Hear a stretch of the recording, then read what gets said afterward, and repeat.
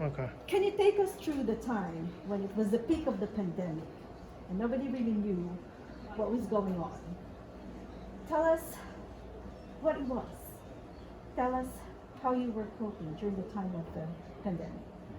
Yes, it was a very challenging time. There were so many things that they expected us to comply on a daily basis. There were times when they were asked to follow new regulations every single day. It was tough, but it had to be done. I think we got through the team spirit of teamwork, and we got through it. Yeah. So tell me about the teamwork. How is it? How do you characterize the spirit of teamwork that was going on in Hebrew Rehab? All the nurses and the aides were really great for helping one another. Everybody was willing to do assignment that they're not so really supposed for them. They really get through it. Good, good. Were there fears? Were there feeling of challenges when you come in and when you go home to your own family, Eugene? Absolutely. Every single night I come to work, my fear is I go home, and I bring the disease home, with me. And I can infect people that I love. That's a very big thing for me. That's my greatest fear of all. I have a 2-year-old at home. During that time he was a year old, so how we are with kids.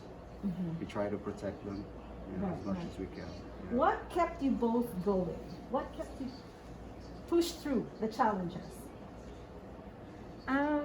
Because I think we've been working in this setting for a good while now, and I was so confident that my coworker will be able to do everything we can in our power to get through the pandemic. I spoke earlier with your chief nursing officer, and she has told me how family exists. The feeling of having a wider family exists in Hebrew Rehab. So then, when you look at yourself as a guardian of a family, is it fair to say that there was a fear for your own family and for your own self when you were going through your everyday function during the time of pandemic? Absolutely. Actually, during that time, we had a few co-workers that got sick, and all we did was basically pray for them, because that's the only thing we can do during that time. Wonderful. So to end this interview, I want to ask both of you, what is your message to your fellow Filipino nurses who are not only here working in the Hebrew Rehab, but all over the world, who are still walking the walk and talking the talk and doing whatever they can to get us through to the new normal? Tita Chula. All I can think about is before I come into the door of the building, I always pray to God that to help me get through this and help my coworker to be able to have the strength to take care of these people, especially they're all vulnerable and geriatric community. Wonderful. So thank you. Thank you for your service. Eugene, what is your message to your fellow Filipino nurses?